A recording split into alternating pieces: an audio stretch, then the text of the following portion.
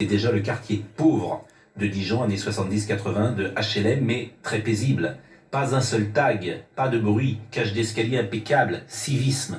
Puis les populations émigrées se sont succédées, ne parlant pas la même langue, sans aucune notion de notre mode de vie et des règles du jeu. Je pourrais t'en parler pendant des heures. Les policiers se lamentaient déjà il y a 30 ans qu'on leur demandait de laisser faire, qu'ils ne comprenaient même pas ce que disaient les gens, des dizaines de nationalités, aucun contrôle, etc. et des haines internationalités.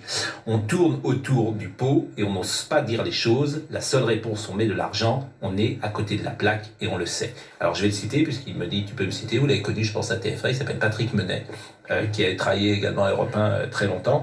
Et en fait, il décrit la France des années 70 et la France d'aujourd'hui, c'est tout. C'est-à-dire qu'à l'époque, la pauvreté n'était pas un souci en lien avec la délinquance ou le civisme. Mais c'est toujours le cas pour beaucoup de pauvres. Voilà, merci à lui de... Voilà, c'était pas... Alors qu'aujourd'hui, effectivement, alors ces quartiers-là, et il dit des choses très clairement, là aussi, parce que chacun est dans le déni, il dit,